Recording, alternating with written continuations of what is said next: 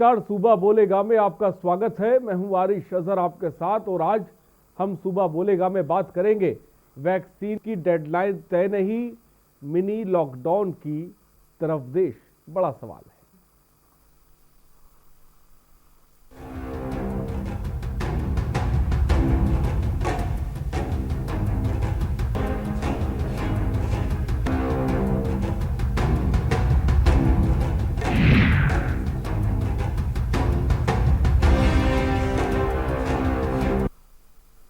तो क्या mini lockdown की तरफ देश है? ये अपने आप में बड़ा सवाल है। जिस तरह से कोरोना संक्रमण के मामले लगातार देश में सामने निकल कर आ रहे हैं, कोरोना वैक्सीन की तीसरी लहर से हर कोई सख्ते में है।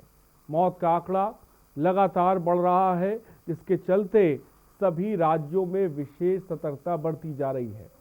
प्रधानमंत्री नरेंद्र मोदी ने आज कोरोना से सबसे ज्यादा प्रभावित 8 राज्यों के सीएम से वीडियो कॉन्फ्रेंसिंग के जरिए उन्होंने बात की। पीएम मोदी राज्यों से कोरोना केस की उन्होंने जानकारी ली, बचाव के लिए अपनाए जा रहे तरीके और केंद्र के सहयोग को लेकर उन्होंने चर्चा की। साथ ही कोरोना वैक्सीन के वितरण को लेकर राज्यों से सुझाव भी मांगे गए हैं। 8 राज्यों के मुख्यमंत्रियों के साथ पीएम मोदी ने बैठक में क्या कुछ कहा और राज्यों के सीएम ने क्या एक्शन प्लान बताया, ये भी हम आपको दिखाएंगे।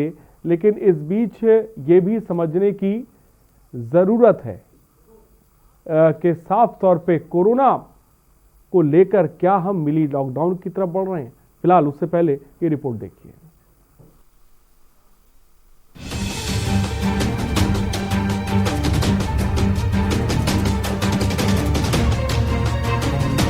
कोरोना संकट के बीच प्रधानमंत्री नरेंद्र मोदी ने मंगलवार को कोरोना से प्रभावित राज्यों के मुख्यमंत्रियों के साथ दिल्ली में चर्चा की। इस बैठक में कुल 8 राज्यों के मुख्यमंत्री शामिल हुए, जिसमें दिल्ली, गुजरात, बंगाल, यूपी, महाराष्ट्र के मुख्यमंत्री मौजूद रहे। बैठक में दिल्ली के मुख्यमंत्री अरविंद केजरीवाल की ओर से अतिरिक्त बेड्स की मांग की गई, तो वहीं गृह मंत्री अमित शाह ने राज्यों को सतर्कता बरतने को कहा। इसी बीच कोरोना वैक्सीन के वितरण को लेकर भी चर्चा हुई। राज्यों के मुख्यमंत्रियों के साथ बैठक में प्रधानमंत्री नरेंद्र मोदी ने कोरोना वायरस की वैक्सीन को लेकर बड़ा बयान दिया। पीएम मोदी ने कहा कि वैक्सीन कब आएगी इसका वक्त हम तय नहीं कर सकते, बल्कि ये वैज्ञानिकों के हाथ में है। कुछ लोग इस मसले पर राजनीति कर रहे हैं, लेकिन किसी को राजनीति करने से रोका नहीं जा सकता। करीब करीब आखिरी दौर पर वैक्सीन के उसमें काम पहुंचा है। भारत सरकार हर डेवलपमेंट पर बारीकी से नजर रखे हुए हैं, हम सबके संपर्क में भी हैं और अभी ये तय नहीं है कि वैक्सीन की 1 डोज होगी, 2 डोज होगी या 3 डोज होगी। ये भी तय नहीं है कि इसकी कीमत कितनी होगी, उसकी कीमत कितनी होगी, ये कैसे होगी। यानी अभी भी इन सारी चीजों के सवालों के जवाब हमारे पास नहीं है। बैठक में हरियाणा के मुख्यमंत्री मनोहर लाल खट्टर भी शामिल हुए। मीटिंग के दौरान जब हरियाणा सीएम ने अपने राज्य को लेकर बात कर रहे थे, तब उन्हें पीएम नरेंद्र मोदी ने बीच में टोका। दरअसल हरियाणा के सीएम मनोहर खट्टर अपने संबोधन के दौरान राज्य में कोरोना के आंकड़ों की जानकारी दे रहे थे। तभी प्रधानमंत्री नरेंद्र मोदी ने उन्हें बीच में टोकते हुए कहा कि आंकड़े तो हमारे सामने पहले से ही आ चुके हैं, आप कोरोना को रोकने के लिए क्या करें, रणनीति क्या अपनाई जाए, इस पर फोकस करें। गौरतलब है कि मुख्यमंत्रियों के साथ बैठक की शुरुआत में एक प्रेजेंटेशन दी गई, जिसमें सभी राज्यों के ताजा आंकड़े, एक्टिव केस, मौतों की संख्या के बारे में जानकारी दी गई थी। बैठक में दिल्ली के मुख्यमंत्री अरविंद केजरीवाल ने कहा, कोविड की तीसरी लहर का इतना असर कई कारणों की वजह से पड़ा, जिनमें सबसे अधिक प्रदूषण जिम्मेदार है। नए मामले सामने आए थे और उसके बाद से मामले तेजी से कम हो रहे हैं।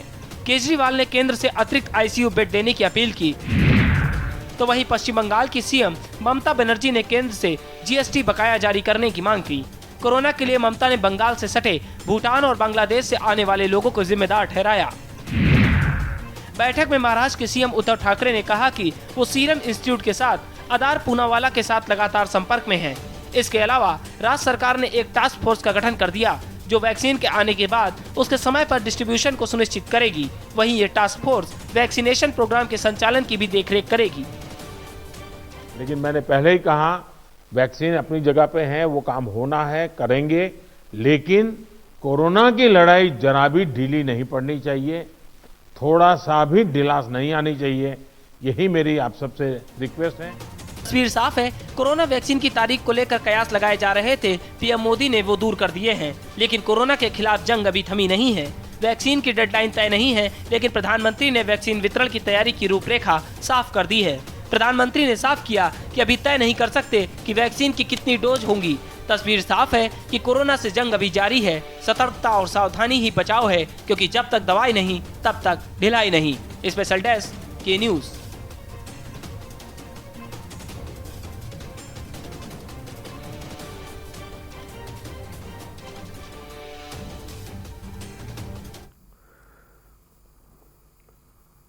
तो कोरोना संकट पर मंगलवार को प्रधानमंत्री नरेंद्र मोदी ने मुख्यमंत्रियों के साथ बैठक की और बैठक में हाल ही में बढ़ते हुए कोरोना के केस और वैक्सीन के वितरण से जुड़े मुद्दों पर बात की। बैठक में पीएम मोदी ने कहा कि भारत बेहतर वैक्सीन पर ही जोर देगा और हर वैक्सीन को वैज्ञानिक तौर पर परखा जाएगा। लेकिन वैक्सीन के साथ ही पीएम मोदी ने फिर याद दिलाया कि हर किसी को अभी भी सतर्कता बरतने की ही जरूरी है। वैक्सीन को लेकर पीएम मोदी ने अपने संदेश में क्या अहम बातें की हैं, आप खुद देखिए। करीब करीब आखिरी दौर पर वैक्सीन के में काम पहुंचा है। भारत सरकार हर डेवलपमेंट पर बारीकी से नजर रखे हुए हैं, हम सबके संपर्क में भी हैं और अभी ये तय नहीं है कि वैक्सीन की 1 डोज होगी, 2 डोज होगी या 3 डोज होगी। ये भी तय नहीं है कि इसकी कीमत कितनी होगी, उसकी कीमत कितनी होगी, ये कैसी होगी। यानी अभी भी इन सारी चीजों के सवालों के जवाब हमारे पास नहीं है। वैक्सीन आने के बाद भी हमारी प्राथमिकता यही होगी कि सभी तक कोरोना की वैक्सीन पहुंचे, उसमें तो कोई विवाद हो ही नहीं सकता है। लेकिन कोरोना की वैक्सीन से जुड़े भारत का अभियान अपने हर नागरिक के लिए एक प्रकार से नेशनल कमिटमेंट की तरह है।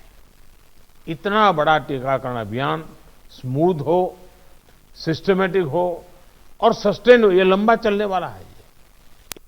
इन सभी को, हर सरकार को, हर संगठन को एकजुट होकर के कोऑर्डिनेशन के साथ एक टीम के रूप में काम करना ही पड़ेगा। वैक्सीन को लेकर भारत के पास जैसा अनुभव है वो दुनिया के बड़े बड़े देशों को भी नहीं है। हमारे लिए जितनी जरूरी है स्पीड है, उतनी ही जरूरी है सेफ्टी भी है। भारत जो भी वैक्सीन अपने नागरिकों को देगा वो हर वैज्ञानिक कसौटी पर खरी होगी।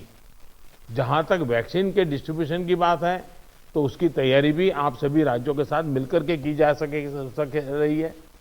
वैक्सीन प्राथमिकता के आधार पर किसे लगाई जाएगी, ये राज्यों के साथ मिलकर के ये मोटा मोटा खाका भी आपके सामने रखा है। केंद्र सरकार ने राज्यों से कुछ समय पहले आग्रह किया था कि स्टेट लेवल पर एक स्टीयरिंग कमेटी एवं स्टेट और डिस्ट्रिक्ट लेवल पर टास्क फोर्स का, और मैं तो चाहूंगा कि ब्लॉक लेवल तक हम जितना जल्दी ये व्यवस्थाएं खड़ी करेंगे और किसी न किसी एक व्यक्ति को काम देना पड़ेगा। इन कमेटियों की रेगुलर बैठकें हो, उनकी ट्रेनिंग हो, उनकी मॉनिटरिंग हो, और जो ऑनलाइन ट्रेनिंग होती है वो भी शुरू हो। हमें हमारा रोजमर्रा के काम के साथ कोरोना से लड़ते लड़ते भी इस एक व्यवस्था को भी विकसित तुरंत करना पड़ेगा। जो कुछ सवाल आपने कहे हैं, कौन सी वैक्सीन कितनी कीमत में आएगी ये भी तय नहीं है। मूल भारतीय वैक्सीन अभी 2 मैदान में आगे हैं, लेकिन बाहर के साथ मिलकर के हमारे लोग काम कर रहे हैं। दुनिया में जो वैक्सीन बन रही हैं वे भी मैन्युफैक्चरिंग के लिए भारत को के लोगों के साथ ही बात कर रहे हैं, कंपनियों के साथ। हम जानते हैं कि 20 साल से मान लीजिए कोई दवाई पॉपुलर हुई है, 20 साल से लाखों लोग उसका उपयोग कर रहे हैं, लेकिन कुछ लोगों को उसका रिएक्शन आता है, आज भी आता है, 20 साल के बाद भी आता है। तो ऐसा इसमें भी संभव है। निर्णय वैज्ञानिक तराजू पर ही तोला जाना चाहिए। और इस बीच एक बड़ी खबर राजधानी दिल्ली से कोरोना वायरस का राजधानी में कोहराम, लगातार चौथे दिन 100 से ज्यादा मरीजों की मौतें। राजधानी दिल्ली में कोरोना संक्रमण बेकाबू हुआ है। दूसरे दिन भी 24 घंटे में 121 लोगों ने दम तोड़ा। पिछले 10 दिनों में 1000 से ज्यादा लोगों की मौतें हुई। पिछले 10 दिनों में प्रदूषण और धुआं कोरोना के लिए जिम्मेदार। बड़ी खबर, कोरोना वायरस का राजधानी में कोराम देखने को मिल रहा है। इसका अंदाजा आप यहां से लगाइए कि लगातार चौथे दिन 100 से ज्यादा मरीजों की मौत हुई है। राजधानी दिल्ली में कोरोना संक्रमण बेकाबू हो गया है। दूसरे दिन भी 24 घंटे में 121 लोगों ने दम तोड़ा है। बड़ी खबर इस वक्त आपको बता रही है। नंबर्स भी फ्लैश हो रहे, आप कॉल करिए। राजधानी दिल्ली में कोरोना के ने कोहराम मचा रखा है पिछले 10 दिनों में, और प्रदूषण और धुआं कोरोना के लिए जिम्मेदार बताया जा रहा है। बड़ी खबर इस वक्त आपको बता रहे हैं। तो साफ तौर से पूरब से पश्चिम तक, उत्तर से दक्षिण तक पूरे देश में कोरोना की दहशत है। आलम यह है कि एक बार फिर से कोरोना की मार से अलग अलग सूबे कर्रा रहे हैं। दिल्ली में जिस तरह से कोरोना फैला वैसे नोएडा में भी ना फैले, इसलिए दिल्ली से आने वालों का नोएडा के बॉर्डर पर रैंडम टेस्ट किया जा रहा है। कोरोना को लेकर दिल्ली के पर्यावरण मंत्री गोपाल राय ने एक महत्वपूर्ण संवाददाता सम्मेलन को संबोधित किया। उस दौरान उन्होंने क्या कुछ कहा है, ये आपको सुनने की जरूरत है। कोरोना की स्थिति को काफी विकराल बनाया है। दिल्ली में जो पिछले दिनों प्रदूषण का स्तर खतरनाक स्थिति में पहुंचा, उसमें सबसे बड़ा अब तक की जितनी रिपोर्ट आ रही है कि सबसे बड़ा रोल पंजाब में, हरियाणा में, दिल्ली के आसपास के राज्यों में जो पराली जलाई गई, उस पराली के धुएं ने दिल्ली के प्रदूषण स्तर को खतरनाक स्थिति में पहुंचाया, जिसकी वजह से दिल्ली के लोगों को सांस लेने की तकलीफ में काफ़ी बढ़ोतरी हो गई। दिल्ली के अंदर कोरोना के केस थे, लेकिन पिछले 15 दिनों में जब पराली के जलाने की घटनाएं अपने पराकाष्ठा पर पहुंची, अगर हम नासा के चित्र को देखें तो ज्यों-ज्यों पराली के जलने की घटनाएं बढ़ती गईं, दिल्ली की हवाएं जहरीली होती गईं। और हम सबको पता है कि कोरोना का जो अटैक है हमारे सांसों पर है। कोरोना के अटैक में पराली के धुएं ने जिस तरह से जहर घोला, उससे आज दिल्ली के लोगों को अपने जान का संकट का सामना करना पड़ रहा है। और खबरों के बीच लखनऊ से इस वक्त एक खबर आपको बताने जा रहे हैं। कोरोना पर यूपी सरकार ने बड़ा फैसला लिया है। दिल्ली से आने वाले लोगों का होगा कोरोना टेस्ट। दिल्ली में कोरोना की तीसरी लहर में बड़े केस। दिल्ली से यूपी आने वाले हर शख्स का कोरोना टेस्ट होगा, उसके बाद ही यूपी में एंट्री मिलेगी। ये बड़ी खबर इस वक्त आपको बता रहे लखनऊ से। महाराष्ट्र सरकार ने भी ऐसा ही फैसला लिया है। अब सूबे की सरकार ने भी फैसला ले लिया। दिल्ली में कोरोना की तीसरी बड़ी लहर है और दिल्ली से यूपी आने वाले हर शख्स का कोरोना टेस्ट होगा, तभी वो उत्तर प्रदेश में दाखिल हो सकता है। ये बड़ी खबर इस वक्त आपको बता रहे हैं। एक तरफ वैक्सीन को लेकर तमाम कंपनियां युद्ध स्तर पर लगी हुई हैं। अभी तक ऐसी कोई वैक्सीन नहीं है जो 100% का दावा करती है। 90%, 70% इस तरह के दावे किए जा रहे हैं। प्रधानमंत्री नरेंद्र मोदी को आपने सुना, उन्होंने भी साफ तौर पर जो बातें की। लेकिन इस बीच लखनऊ से बड़ी खबर, माफ कीजिएगा, दिल्ली से आने वाले लोगों का अब कोरोना टेस्ट होगा। इस वक्त की बड़ी खबर आपको बता रहे हैं लखनऊ।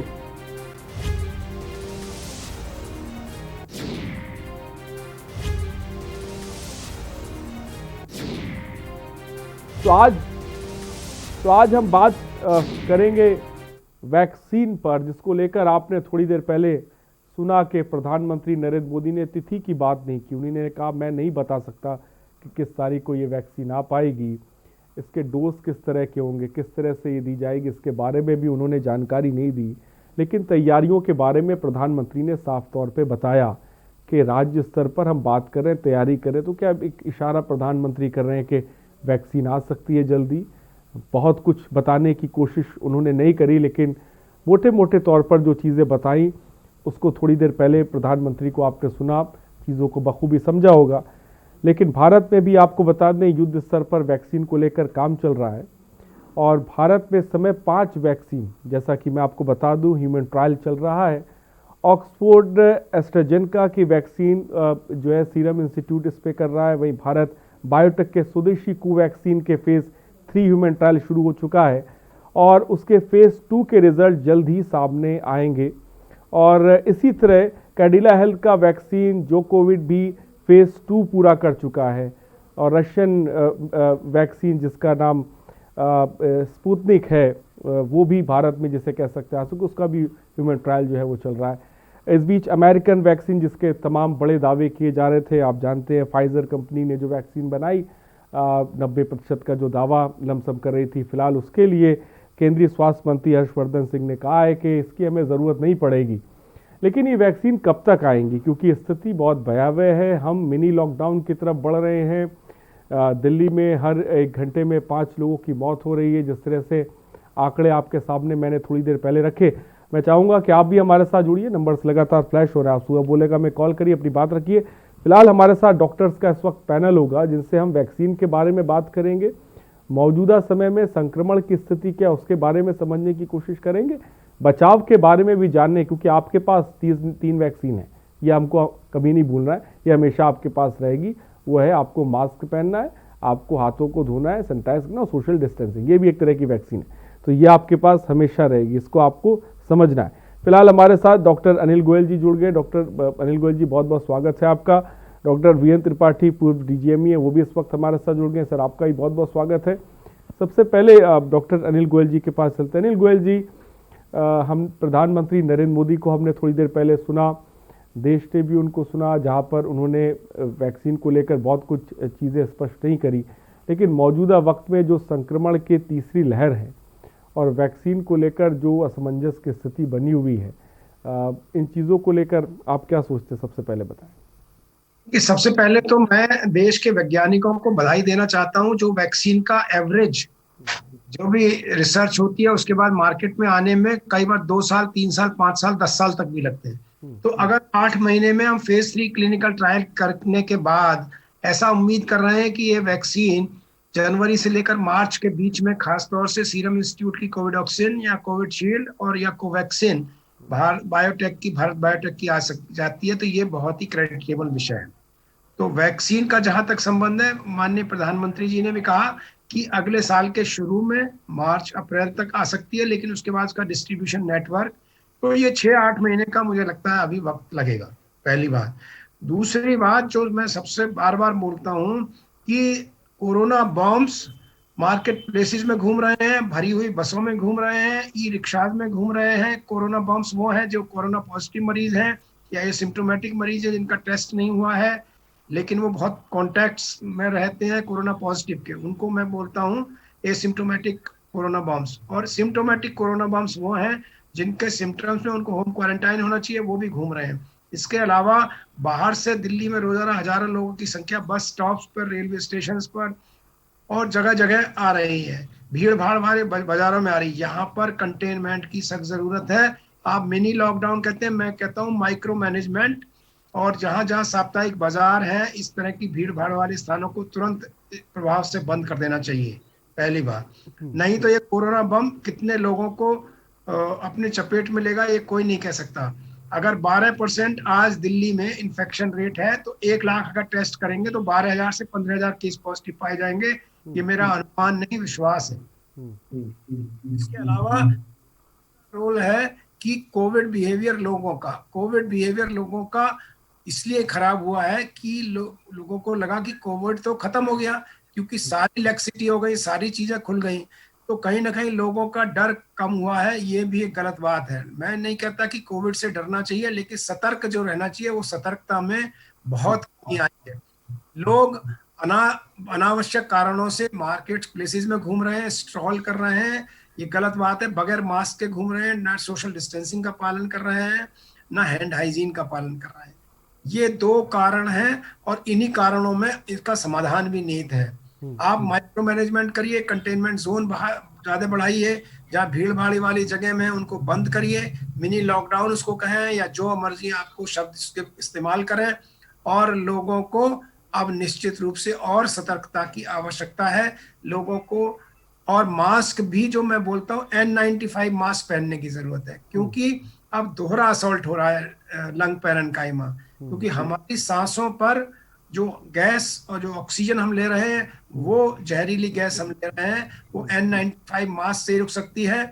और N95 मास्क से ही कोविड वायरस भी फिल्टर होकर जा सकता है। और जब भी उसको आप मास्क ले रहे हैं, तो मास्क में भी आपको ये देखना है किस तरह से उसको लगाना है। ये नहीं है कि आप उसको लटका दें ऐसे, इसको नोज पर और चिन पर पूरी तरह फिक्स होना चाहिए। ये तो मास्क लगाने का तरीका है। तो डॉक्टर, मास्क पहनने का तरीका भी आपको बताया और कौन सा मास्क बहुत ज़रूरी है, N95 उसके बारे में भी जिक्र किया। डॉक्टर वीरेंद्र त्रिपाठी साहब भी हमारे साथ हैं। वीरेंद्र त्रिपाठी साहब, आप क्या कहेंगे मौजूदा स्थिति, जिस तरह से दिल्ली में जो संक्रमण के मामले और तीसरी लहर देख रहे हैं, अचानक से संक्रमण ने जो रफ्तार पकड़ी है और जिस तरह से मौत का आंकड़ा जो बढ़ रहा है, इसके पीछे बड़ी वजह आपको क्या नज़र आती है?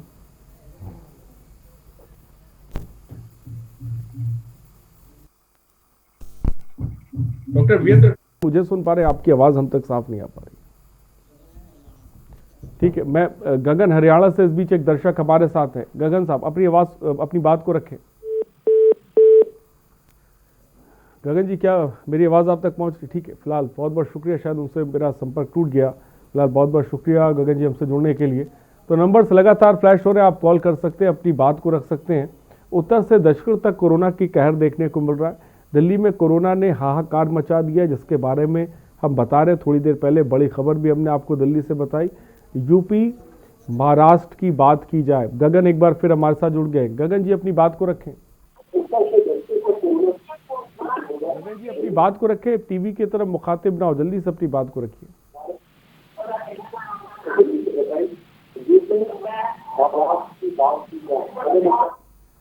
ठीक है, बहुत बहुत शुक्रिया गगन जी हमसे जुड़ने के लिए। मैं चाहूँगा जो भी दर्शक फ़ोन करें, कॉल करें, अपनी टीवी के वॉल्यूम को कम रखें ताकि कि उनकी आवाज़ हम तक साफ तौर पे पहुंच जाए। और वीरेंद्र त्रिपाठी साहब, क्या मुझे सुन पा रहे हैं आप? जी, आपकी मेरी आवाज़ आप तक पहुंच रही है सर? जी बोलिए, मेरा सवाल अगर आप तक पहुंचा हो। डॉक्टर साहब ने जो बताया वैक्सीन, उसके बारे में बिल्कुल उससे सहमत हूँ। और चूंकि 2 वैक्सीन ट्रायल जो अपने देश में चल रहे हैं, उसमें फेज 1 और 2 में मैं खुद जुड़ा हूँ। जो कैडला की जो एक वैक्सीन है और जो ये Covax serum institute of India और इसकी भारत बायोटेक की है जो, तो मैं ये कह सकता हूँ कि वैक्सीन के आने में अभी 3 से 4 महीना का वक्त लगेगा, चाहे कितना ये कंपनी वाली कहें। माननीय प्रधानमंत्री जी ने भी कहा है, तो वैक्सीन का इंतजार ना करें। मैं फिर कह रहा हूँ, लोग वाक वैक्सीन के बारे में कुछ ओवर एंथुजियाज्म है। नंबर 1 जो फेस मास्क है, ठीक से पहने, जैसा डॉक्टर साहब ने दिखाया, और मैं भी अभी आपको दिखा सकता हूँ। तो उसमें जो आपका फेस मास्क है, वो नाक और मुंह दोनों कवर करना चाहिए, ये लाइक दिस, और केवल ऐसा नहीं लटका के रखें। तीसरा ये है कि भीड़ भाड़ वाली जगह लोग लापरवाह हो गए हैं, सोचते कोरोना खत्म हो गया है या मुझे नहीं होगा। मैं दर्शकों को कह रहा हूँ, रिक्वेस्ट कर रहा हूँ, प्रार्थना कर रहा हूँ कि कोरोना का प्रकोप और अधिक बढ़ेगा, सर्दी जैसे बढ़ेगी, प्रदूषण बढ़ेगा। डॉक्टर साहब, आपने 2 वैक्सीनों का जिक्र किया, मैं चाहूंगा कि दर्शकों को बताएं ये 2 वैक्सीनों पे जो ट्रायल, एक दर्शक, मैं आऊंगा डॉक्टर साहब आपके पास, एक दर्शक इस बीच हमारे साथ है, विशंबर जी। विशंबर जी, अपनी बात को रखें। विशंबर बाबूलाल जी, अपनी बात को रखें जल्दी से। जी हाँ, मैं बाबूलाल जावरिया बोल रहा हूँ सर जी। मैं ग्राम मुस्करा, मध्य प्रदेश, भोपाल का रहने वाला हूँ, मानेसर से। क्या कहना चाहेंगे आप? जी सर, मैं यही राय देना चाहता हूँ कि सर हमारे में बहुत हो गए थे कोरोना के पॉजिटिव केस, और हमारे गांव में आज भी पुरानी पद्धति को बहुत उपयोग में लिया जा रहा है, जैसे कि तुलसी का पानी बना करके पीना। दिन में 3 से 4 बार तुलसी का पानी पीते हैं तो हमारे गांव के जितने भी पॉजिटिव थे सब नेगेटिव हो गए आज की डेट में। और अभी पूरे गांव में तुलसी के पत्ते का सुबह शाम दिन भर में 3 से 4 बार सेवन करते हैं और पूरे स्वस्थ हो गए। और उसके बाद जैसे कि काढ़े को पीना है, अजवाइन, जीरा और लौंग और काली मिर्ची को सबको गर्म पानी में उबाल करके तेज पत्ता डाल करके दिन में 1 बार पीने से मेरे अनुमान से पूरी बीमारी जड़ से खत्म हो जा रही है। बाबूलाल जी बहुत बहुत शुक्रिया। बाबूलाल जी काढ़े के बारे में बता रहे हैं और साफ तौर पे बता रहे हैं कि किस तरह से आप काढ़ा पीजिए और ताकि कि आपका जो इम्यून सिस्टम है वो बेहतर हो और कोरोना जैसी बीमारी से आप लड़ सके। फिलहाल यहाँ पर रुकते एक छोटे से ब्रेक के लिए, हम जल्द हाजिर होंगे।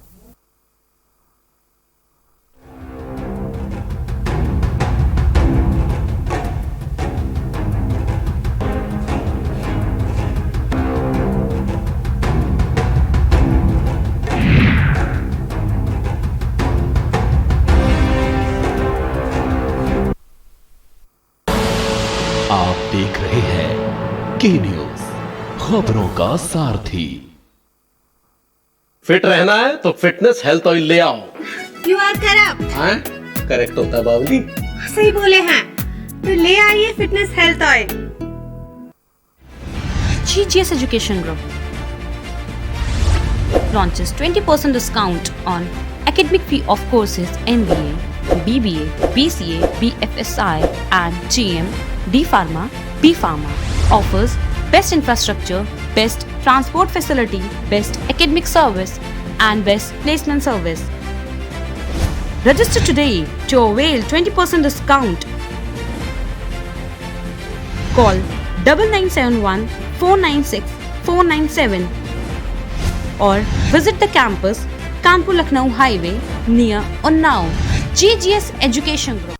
खुदी को आजमाया है तो ये अंदाज आया है, खुदी को आजमाया है तो ये अंदाज आया है। तुम में भी मैं हूं, शुद्ध प्लस पान मसाला।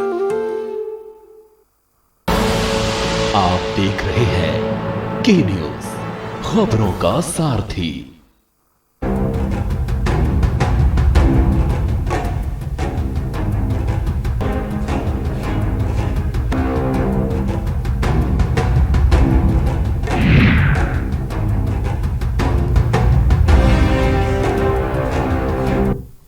तो ब्रेक के बाद आपका स्वागत है सुबह बोलेगा में और इस वक्त हमारे साथ एक दर्शक सुधांशु जुड़ गए हैं। सुधांशु अपनी बात को रखें। नमस्कार सर। जी नमस्कार, बोलिए। मैं ये कहना चाहूंगा कि क्या नाम है, ये जो कोरोना का जो दूसरी लहर शुरू हुई है दिल्ली से, सबसे पहले जैसे आज प्रधानमंत्री की कई लोगों के साथ मीटिंग हुई है, मतलब स्टेट के चीफ मिनिस्टर्स के साथ। हाँ, सबसे पहले हम लोगों को जागरूक होना पड़ेगा, क्योंकि अभी इनमें काफी, मैंने एक चीज नोटिस की है अपने, मैं हरिद्वार से बोल रहा हूँ, मैंने हरिद्वार में खुद देखी है कि मीन्स जो है लोग अभी भी मतलब बिना मास्क के, ठीक है, बिना सोशल डिस्टेंस के घूमते नजर आते हैं अभी भी। मतलब मैं तो यही चाहता हूँ, ठीक है, कि कम से कम कि मतलब लॉकडाउन ना हो, लेकिन हमें ये जो है गवर्नमेंट को थोड़ी बहुत सख्ताई करनी ही पड़ेगी, तब जाके थोड़ा जो है ये चीज कंट्रोल हो पाएगी। वरना अभी वैक्सीन आने में तो काफी समय है, अब ये नहीं पता जिसके जो ट्रायल चल रहे हैं। हेलो जी जी सुन रहे हैं हम आपको, बोलिए। ठीक, बहुत बहुत शुक्रिया सुधांशु। अकरम इस बीच एक दर्शक रुड़की से हमारे साथ है। अकरम जी अपनी बात को रखें। हाँ सर नमस्कार। जी नमस्कार, बोलिए। सर ये कलियर महमूद शरीफ महमूदपुर से बोल रहे हैं सर। हाँ रुड़की से। हेलो। हाँ क्या कहना चाहेंगे अकरम, जल्दी से बताएं। हम ये कह रहे हैं सर, N95 की बड़ी चर्चा आपकी डिबेट में चल रही है सर। जब सरकारें हम लोगों को, दिल्ली की सरकार अगर बिजली फ्री दे रही है, तो क्या भारत के उद्योगपति गरीबों को N95 नहीं बांट सकते? अमीर तो अपनी सुरक्षा कर लेगा, मगर क्या गरीब आदमी, ये तमाम सारे एरियो में, उधर बेलनापुर है, तमाम सारे एरियाज हैं जहाँ N95 डोर टू डोर नहीं बांटा जा सकता। इसके लिए हमारा आपसे आग्रह है कि ये अगर कैंपेन चलाया जाए तो टीकाकरण वगैरह चलाए जा सकते हैं, तो इसके लिए थोड़ी सी अगर डोर टू डोर चलाए जाएं तो मास्क बांटे जाए और डिस्टेंसिंग का पालन करने के दिशा निर्देश दिए जाएं तो ज्यादा अच्छा होगा, तभी ये कोरोना रुक पाएगा। ये मेरी बात थी। बहुत बहुत शुक्रिया। उमेश जैन मेरठ से इस बीच एक दर्शक। उमेश जैन जी अपनी बात को रखें जल्दी से। उमेश जैन जी, क्या मेरी आवाज आप तक पहुंच रही है? तो शायद उन तक मेरी आवाज नहीं पहुंच पा रही है।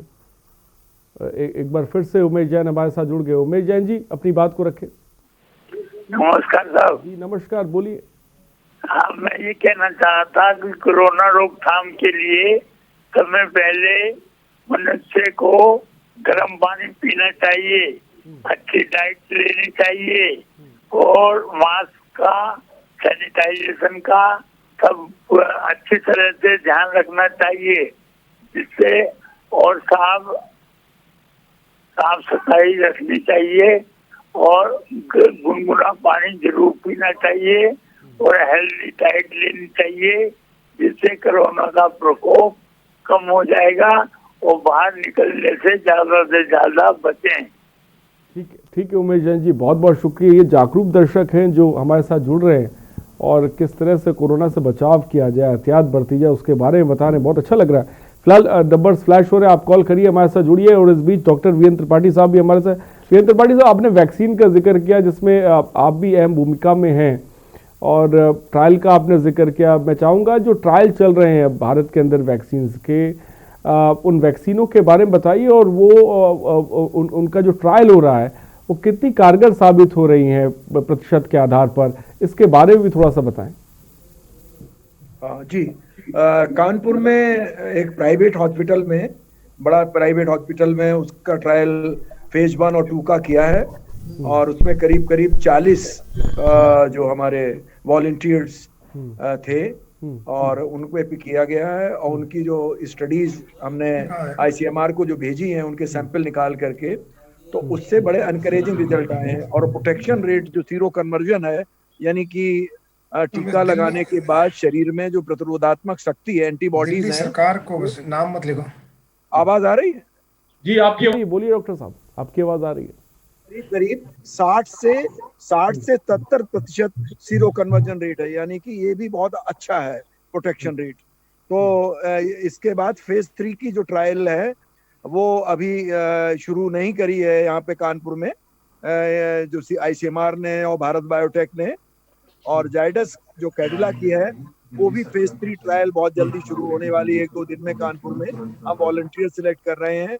कहने का मतलब ये है कि वैक्सीन के रिजल्ट बहुत अच्छे हैं, चोट लगे मरीज या प्रेगनेंसी के दौरान होने वाली बीमारियां। लेकिन एक बात मैं अपने दर्शकों को बता दूं, वैक्सीन के सहारे ना रहें। मैं बार बार यही कर रहा हूं, माननीय प्रधानमंत्री जी के सामने भी कई मुख्यमंत्रियों ने आज अपनी बात कही। वैक्सीन का ये टास्क फोर्स, वो ये बहुत अच्छी बात नहीं है कि हम वैक्सीन के सहारे बैठे हैं। मैं तो ये कहूंगा, जैसा डॉक्टर साहब ने बताया, कि फेस कवर ढंग से, मास्क पहने, सोशल गैदरिंग से बचें और घर के भीतर रहें जहां तक हो, भीड़ से बचें। हर जगह हमें सावधानी बरतनी है, नहीं तो आपको याद होगा कि पोलियो के टीके आने के बाद भी बरसों तक पोलियो एक एंडेमिक की तरह खतरनाक बना रहा। तो कृपया हमारे दर्शक गण समझ लें कि केवल वैक्सीन के सहारे ना रहें। हमारे माननीय प्रधानमंत्री जी और मुख्यमंत्री जी भले लाख कहें कि वैक्सीन से सब हो जाएगा, लेकिन वैक्सीन 100% प्रोटेक्शन नहीं देगी। वैक्सीन को आने में, जनमानस में यूज के लिए कम से कम 6 महीने लगेंगे, आम लोगों के लिए कम से कम 6 महीने लगेंगे। आरिश जी कृपया इसको सुन लें ध्यान से। और जी बोलिए। कवर करें, लापरवाही ना करें, नाक और मुंह बंद रख के भीड़ वाली जगहों से बचें और हमेशा अलर्ट रहें। किसी भी व्यक्ति को कोरोना लग सकता है, किसी से भी लग सकता है, ये सोच के रहें। जी, बड़ी बात डॉक्टर साहब आपने कही साफ तौर पे। बलदेव इस बीच एक दर्शक भी हमारे साथ है, मैं चाहूंगा कि वो भी अपनी बात रखें। बलदेव जी अपनी बात को रखें। जी बलदेव जी बोलिए, जल्दी से अपनी बात को रखें, वक्त की कमी है। मैं इसके बारे में ये कहना चाहूंगा जी कि ये कोरोना के नाम पर इनका मुलाजिमों का तो इन्होंने टीए बंद कर दिया, जबकि मिनिस्टरों का नहीं किया। मिनिस्टर इतने भारी पैसा खर्च कर रहे हैं, तो सबसे पहले तो इनकी तनख्वाह रिजर्व करना चाहिए। दूसरी साइड में ये कहते हैं कि भी हम अपने उसमें जनता के सेवक हैं, तो सेवक हैं तो ये इतने इतने भारी पैसा क्यों ले रहे हैं? तो सबसे पहले तो इनकी आने जाने पर और सारी बैठ के बंद करने, ये जो बगैर काम के इधर उधर टूर करते हैं, इनका बंद कर दिया। और ये कोरोना के ऊपर पैसा खर्च करना चाहिए ताकि हर आदमी को फ्री में वैक्सीन सके। नहीं, एक आदमी है, गरीब आदमी 800-900 कैसे लगवा सकेगा?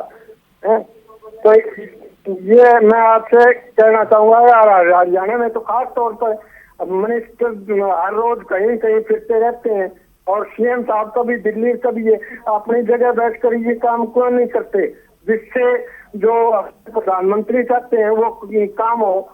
ये और उधर किसानों में ये लूटा जा रहा है। ठीक है बलदेव जी, आपकी बात आगे बहुत बहुत शुक्रिया हमसे जुड़ने के लिए। बलदेव जी हरियाणा से जुड़े हुए थे, बात रख रहे थे, बहुत कुछ बात उनकी समझ में नहीं आ रही थी किस मुद्दे को लेकर वो बात रख रहे हैं। फिलहाल बहुत बहुत शुक्रिया हमसे जुड़ने के लिए। नंबर्स लगातार फ्लैश हो रहे हैं, आप कॉल करिए। इस बीच हमारे साथ डॉक्टर अनिल गोयल जी भी हैं।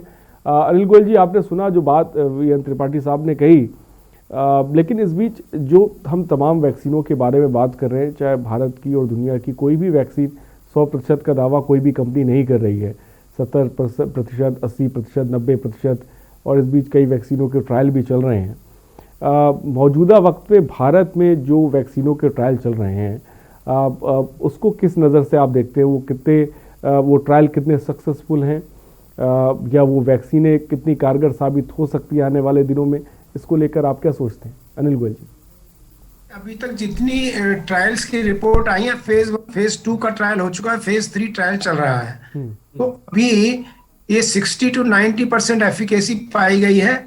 एफिकेसी के बाद सेकंड चीज होती है साइड इफेक्ट्स कितने हैं, तो बहुत ही मिनिमल पाए गए, कोई मेजर साइड इफेक्ट्स नहीं पाए गए हैं। तीसरा है कि इम्यूनोजेनिसिटी, यानी कि उसमें आपकी बॉडी में एंटीबॉडी, रोग से लड़ने की क्षमता कितनी विकसित हुई है, वो भी इम्यूनोजेनिसिटी पाई गई है।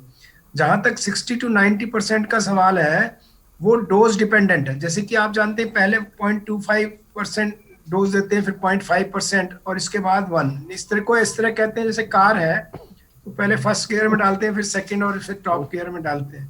तो इस तरह से अब फाइनल फेज 3 ट्रायल आएगा, उसका रिजल्ट आएंगे ह्यूमन यूज के पहले, तब हमको फाइनली ये पता चलेगा कि कितना इसकी एफिकेसी है। हाँ, सिर्फ आज ये कह सकते हैं कि जितनी भी दो मेजर वैक्सीन है जो हिंदुस्तान में अब फेज 3 ट्रायल में है, कोविड शील्ड एंड कोवैक्सीन, तो इनमें 60 to 90% एफिकेसी पाई गई है, साइड इफेक्ट्स बहुत ज्यादा नहीं पाए गए हैं, और इम्यूनोजेनिसिटी भी हो रही है। तो मुझे उम्मीद है कि देसी वैक्सीन कारगर होगी और अगले साल के शुरू में आ जाएगी।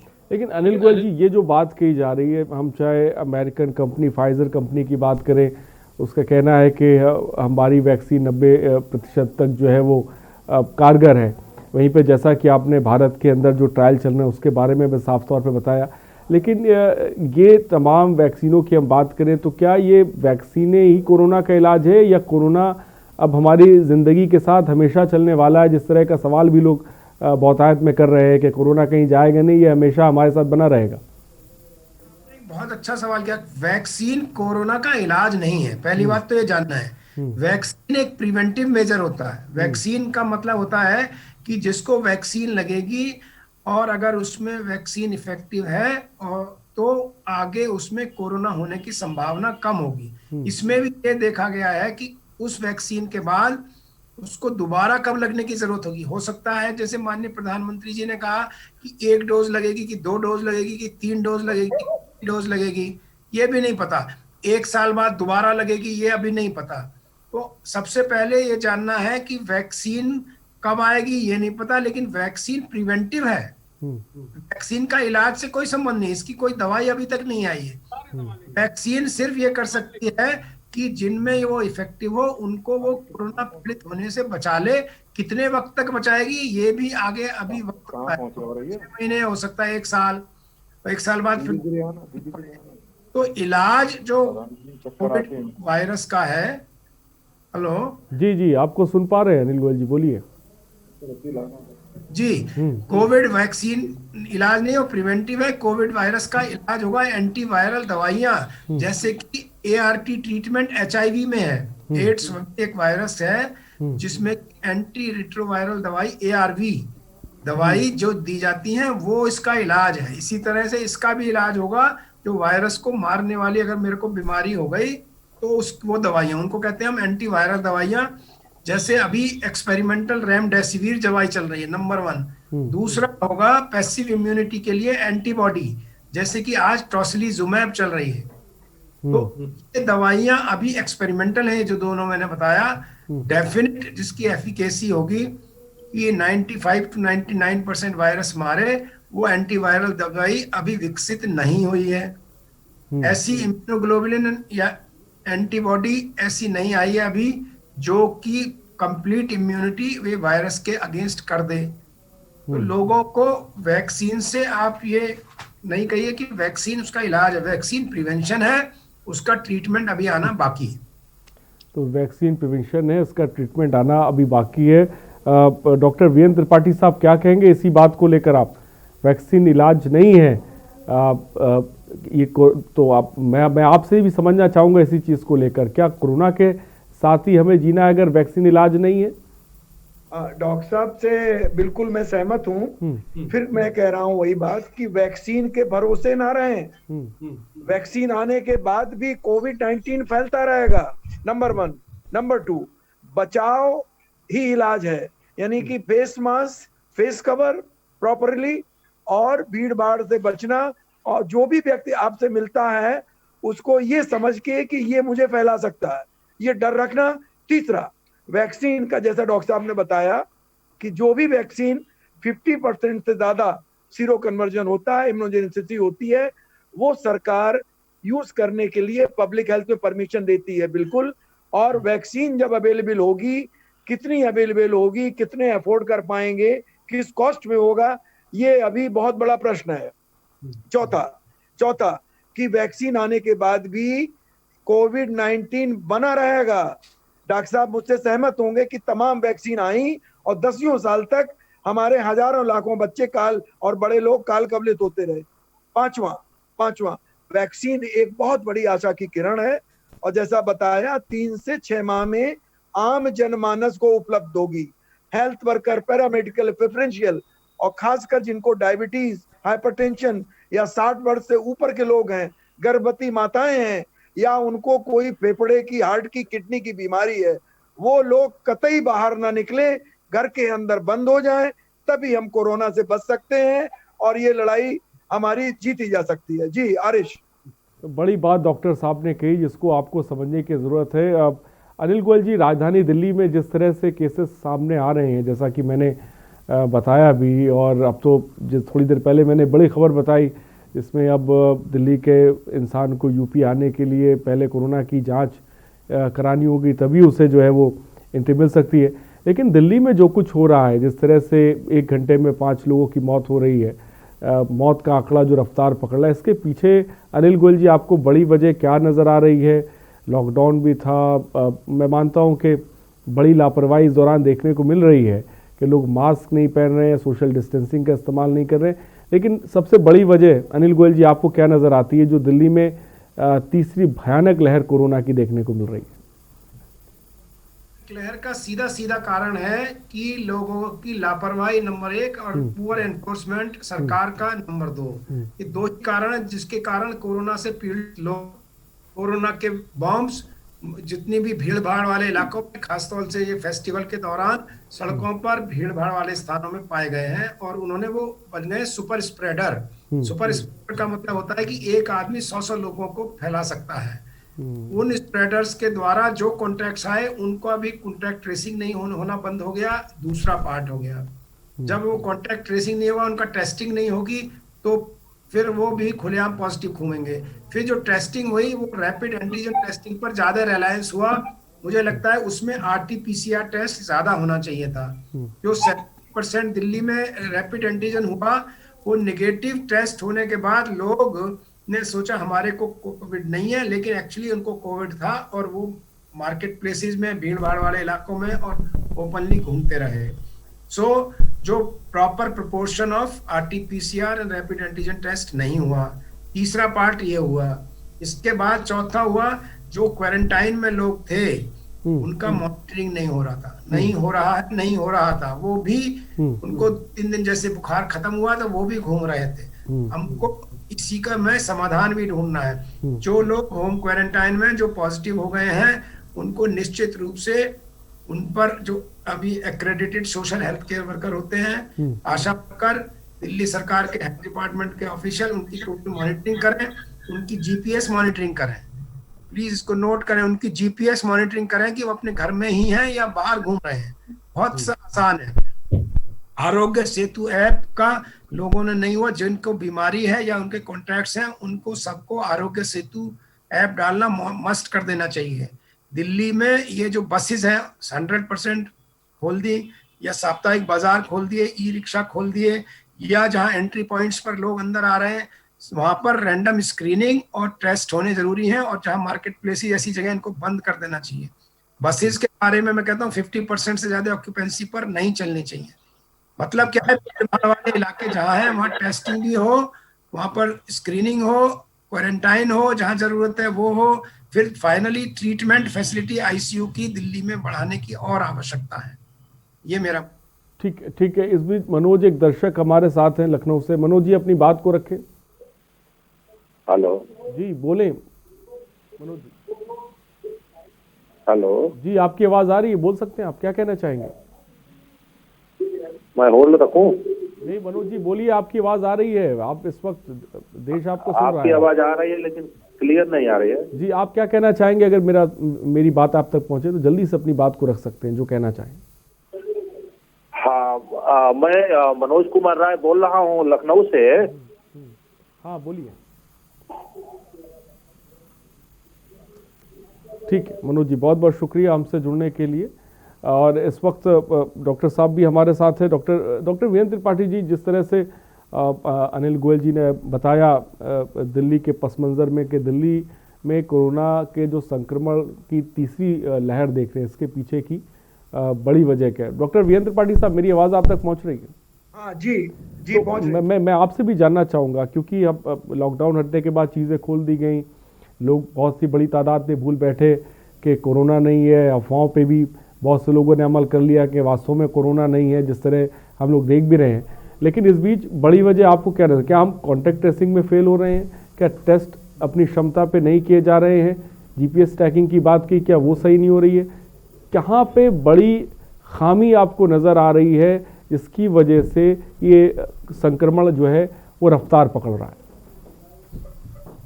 जी, गवर्नमेंट की तरफ से भी कुछ कमियां नजर आ रही मुझे, और कुछ पब्लिक की तरफ से। गवर्नमेंट की ये चूंकि इकोनॉमी एकदम से वो हो गई, तो गवर्नमेंट ने डर की वजह से और इकोनॉमिक और ज्यादा जो ना हो उस वजह से इन्होंने व्यापारिक, रेल और पब्लिक की परेशानी देखते हुए ट्रांसपोर्ट का वो खोल दिया। उससे क्या हुआ, लोगों ने सोशल डिस्टेंसिंग और फेस कवर का यूज न करके मिलना जुलना जारी कर दिया। शादी ब्याह, महफिल, रेस्टोरेंट, इन पे पाबंदी खत्म हो गई। दूसरा, प्रदूषण बढ़ा है, जाड़े सर्दी क्या शुरू होते प्रदूषण बढ़ा। तीसरा, लोगों ने ये समझ लिया अब कोरोना ठीक हो गया है, अब कोरोना नहीं फैलेगा, अब मुझे नहीं होगा। तीसरा, चौथा, चूंकि गवर्नमेंट तो बहुत कोशिश कर रही है और पनिशमेंट भी दे रही है फेस कवर या मास्क न पहनने से, लेकिन जनता जो है हमारे, खासकर लोअर, गरीब, मध्यम, अशिक्षित लोग जो हैं, ये लोग बिल्कुल लापरवाह हो गए हैं। मैं अभी भी एक जगह गया था और मैंने उस साइट पे चल रहा था निर्माण, वहां पे करीब 25 लोग थे। 25 में केवल एक को छोड़ के और मुझे छोड़ के कोई भी 23 लोग फेस मास्क नहीं यूज कर रहे थे। ये बड़ी दुर्भाग्य की बात है। मैं दर्शकों के, आपके बहुत पॉपुलर के न्यूज के चैनल के दर्शकों से रिक्वेस्ट कर रहा हूँ, तो जिसको भी देखे उनको टोके, प्रॉपरली मास्क यूज करें। और जो ये बड़ा है, ये जनता की गलती से है, इसमें गवर्नमेंट का भी रोल है और हमारा भी है। हम लापरवाह हो गए और गवर्नमेंट को रेवेन्यू की चिंता थी तो उन्होंने सब खोल दिया। तो आपने साफ तौर पे सुना। और इस बीच हमारे साथ राजीव अक्कड़ जी इस वक्त हमारे साथ जुड़ रहे हैं।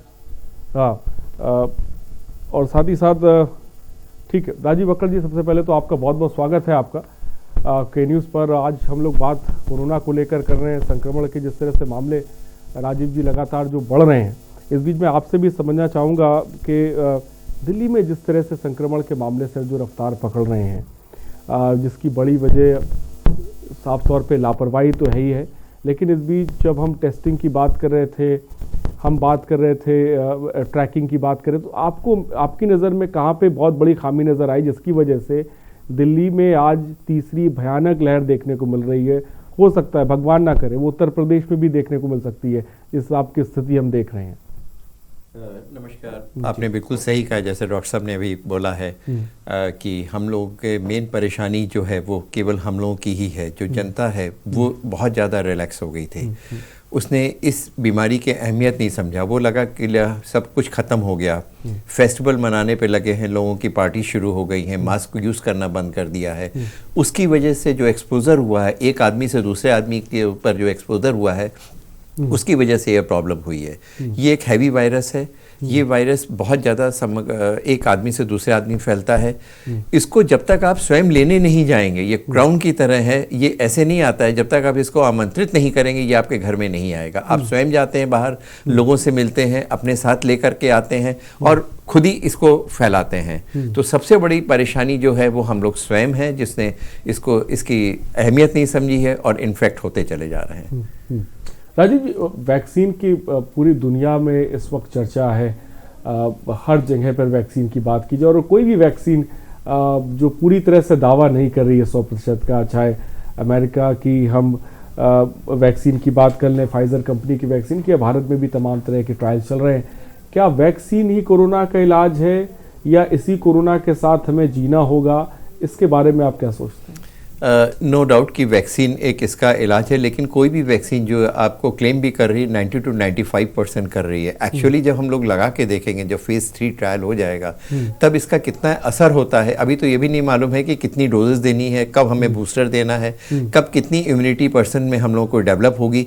लेकिन केवल ये इलाज नहीं है। अगर हमें वैक्सीन के लिए हम लोग वेट करेंगे और खुद मास्क नहीं लगाएंगे, अपने आप को स्वयं बचा के नहीं रखेंगे, तो इसका कोई भी रोकथाम पॉसिबल ही नहीं है कि हम लोग रोक पाएं। तो स्वयं को नियंत्रित करना है, अपनी इम्यूनिटी ठीक कर रखनी है और इसको बढ़ने से रोकना है, क्योंकि कितनी भी हम वैक्सीन लगा देंगे, लेकिन कोई भी इन्फेक्शन जो स्प्रेड होता है वो दो चीज़ों पे निर्भर करता है, आपकी इम्यूनिटी एंड कंसंट्रेशन। जो ऑफेंडिंग जो वायरस है वो कितना कंसंट्रेटेड है, कितना वेरुलेंट है, जो आपकी बॉडी को नष्ट कर सकता है। अगर आपकी इम्यूनिटी कम है, आप अगर लाख वैक्सीन लगा लेंगे तो कुछ ना कुछ तो आपको हार्म करेगा ही। कितनी चीज़ों की वैक्सीन है तब भी वो चीज़ें बढ़ती तो हैं ही हैं। तो अपने आप पे कंट्रोल करना है, वैक्सीन के लिए वेट जरूर करना है, लेकिन जब तक वैक्सीन नहीं तब भी ये मास्क और सोशल डिस्टेंसिंग, यही हमारी सबसे बड़ी वैक्सीन है। तो आपको यही समझ के रखना है कि ये एक मास्क जो है यही एक तरह की वैक्सीन है, और आपको सैनिटाइज करना ये भी एक वैक्सीन है बचाव के लिए, क्योंकि ये बहुत ज़रूरी है। लेकिन राजीव जी, वैक्सीन को लेकर तमाम तरह के सवाल हैं, दर्शक भी जानना चाहते हैं। मौजूदा वक्त में जो भारत में ट्रायल चल रहे हैं वैक्सीन्स के, चाहे हम सीरम इंस्टीट्यूट की बात करें या फिर हम बात, तो उस लिहाज से देखा जाए, थोड़ी प्रधानमंत्री नरेंद्र मोदी को भी हमने सुना, दर्शकों ने भी सुना, लेकिन उन्होंने चीज़ें साफ नहीं करी, तारीख नहीं बताई, उन्होंने बहुत कुछ डोजेस के बारे में नहीं बताया। लेकिन मैं आपसे समझना चाहूँगा कि जो ट्रायल चल रहे हैं उस आधार पर देखा जाए तो भारत में वैक्सीन आने वाले महीनों में कब तक आ सकती है? ये कहना तो बहुत मुश्किल है। जहाँ तक ऐसा लग रहा है, जिस तरह से हम लोगों को न्यूज़ ही आ रही है, इनडायरेक्ट जो हम लोग को इन्फॉर्मेशन है वो केवल ये शो करती है कि गवर्नमेंट अपनी तरफ से एक लिस्ट बना रही है, किसको पहले देनी है, कहाँ पे इनको कैसे सप्लाई करनी। गवर्नमेंट का अपना काम बहुत ही अच्छे ढंग से हो रहा है, लेकिन कोई भी वैक्सीन डिस्ट्रीब्यूशन में हमेशा कई महीनों का देरी है। वो कई महीने का एक एक दिन इस बीमारी के लिए बहुत अहम है। अगर आज हम नहीं बचते हैं और पिछले एक हफ्ते 10 दिन 15 दिन में हम इन्फेक्ट हो जाते हैं, तो 1 महीने 2 महीने या 4 महीने बाद वैक्सीन हमारे लिए वो बेकार होगी। अभी तो स्वयं अभी हमें अपने आप को बचाना है, वैक्सीन का इंतज़ार करना है, लेकिन वैक्सीन के ऊपर 100% भरोसे पे नहीं रह सकते हैं हम लोग। लेकिन राजीव जी, देखा जाए तो हमारे मुल्क की आबादी इतनी ज़्यादा है, कोरोना काल में हमने देखा कि कई जगहों पर सैनिटाइज़र की किल्लत हो गई थी, अचानक लोग टूट पड़े। अब वैक्सीन जब इतने बड़े पैमाने पर क्या लाना, ये भी एक बहुत बड़ी चुनौती होगी। इसका भी सामना कहीं ना कहीं करना है कि लोगों तक वैक्सीन को पहुंचाना, उसका सही तरह से डिस्ट्रीब्यूशन होना, सही तरह से चीज़ों का पहुंचना, और ऐसा लगता है ये भी एक लंबा वक्त खा सकती है। जी हाँ, ये आपने बिल्कुल सही कहा है कि पहले आए, किसको जाना है वहाँ पे जाए, उसके बाद लोगों तक पहुँचना इतनी बड़ी आबादी में, ये एक बहुत बड़ा कार्य है। तो इसलिए वैक्सीन के आना बहुत अच्छी बात है, लेकिन उसके बीच का जो समय है उसमें तो फाइट हम ही को करनी है, हम ही लोगों को करनी है, सबको मिलकर करनी है। गवर्नमेंट बहुत एफर्ट कर रही है, गवर्नमेंट का काम बहुत अच्छा है, लेकिन फिर भी हमारा अपना एक दायित्व है कि हम स्वयं अपने आप को बचा के रखें और वैक्सीन का इंतज़ार तो करें, लेकिन 100% उसके ऊपर जब तक नहीं आ जाते डिपेंडेंट नहीं रह सकते, और आ भी जाने के बाद भी तब भी हमें अपने आप को सेफ रखना पड़ेगा। और इस बीच डॉक्टर अनिल गोयल जी भी हमारे साथ। अनिल गोयल जी, मैं चाहूँगा कि आप क्या संदेश इस वक्त के न्यूज़ के दर्शकों को देना चाहेंगे मौजूदा वक्त में, जब ये तीसरी लहर के बारे में हम बात कर रहे हैं।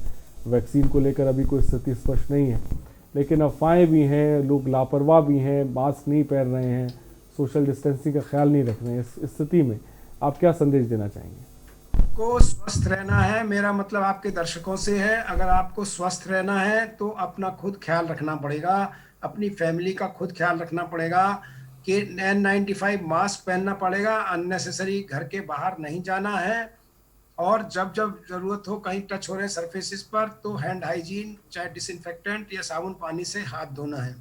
कोविड बिहेवियर का पालन करना है, और किसी को ना करते हुए देखें तो उसको भी टोकना है, खुद करना है और टोकना है। सिर्फ यही मेरा आज का मैसेज है, तभी हम लोग इस कोविड के महामारी से बच सकते हैं। भीड़ भाड़ वाले स्थानों पर नहीं जाना है, ये मेरा कहना है। आप और हम सुखी रहें, खुश रहें और कोविड से बचे रहें, ये मेरी ऐसी कामना है। धन्यवाद।